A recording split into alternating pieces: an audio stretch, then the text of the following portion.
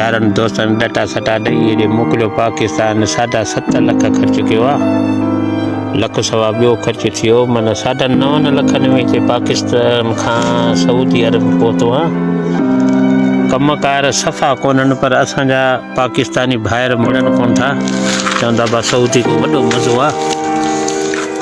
तो ख़ुदा खे मञे यार, इन्हनि खे झलिजांइ। हिते मां 8 ते बकरियूं पियो थो झरियां, न ओही न वाही आहे। वीडियो भरियो थो मैं, ॾिस तो को पासे में घर नज़र अचे थो।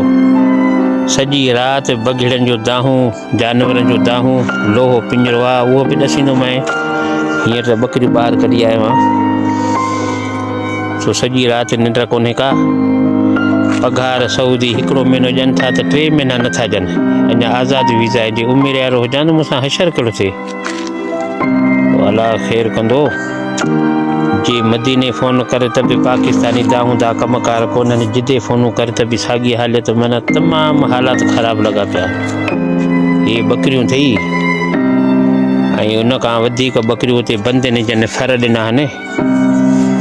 40-50 बकरी वियाई आहे। हाणे 50 बकरी 50 फर, माना 100 उहो थी वियो। ऐं जेको आहे सो 17-18 बकरियूं हेका आया हुआ, हेॾे ॿाहिरि जेकी फंडियूं आहिनि, 150 बकरी थी वई आहे। अलाह ख़ैर कंदो। मुंहिंजो भाउ खे ॿुधायां, वधीक हाणे तुंहिंजी मर्ज़ी आहे, जो तूं बि हिते सऊदी अरब में रहीं थो, तोखे बि तुंहिंजी हालातनि जी ख़बर हूंदी।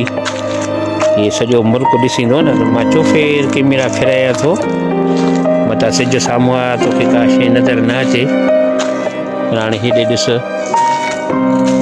सोचींदे त अलाए को शहर में वेठो अलाए, चाहे जबलनि जूं पहाड़ूं अथई।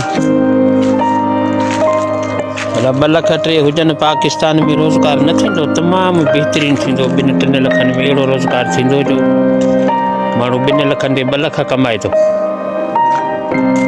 इहे जबल थी वॾा जबल आहिनि, हिते तूं चढ़ंदे न, तोखे 1/2 कलाक लॻी वेंदो मथे जबल ते चढ़ंदे। मां त बकरियूं हेठि झलियो न, इहे बकरियूं मथे चढ़ी वेंदियूं आहिनि, मूंखां लभंदियूं न आहिनि।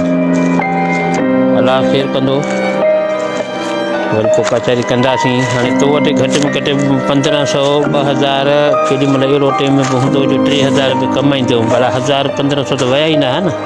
1000 ते 3000, 1500 ते 45,000। हाणे हिते 1 महीनो पघार मिले थी, ॿिए में 50,000 पाकिस्तानी मिले थो। हाणे इन मां छा थींदो? इन खां माण्हू पाकिस्तान सुठो।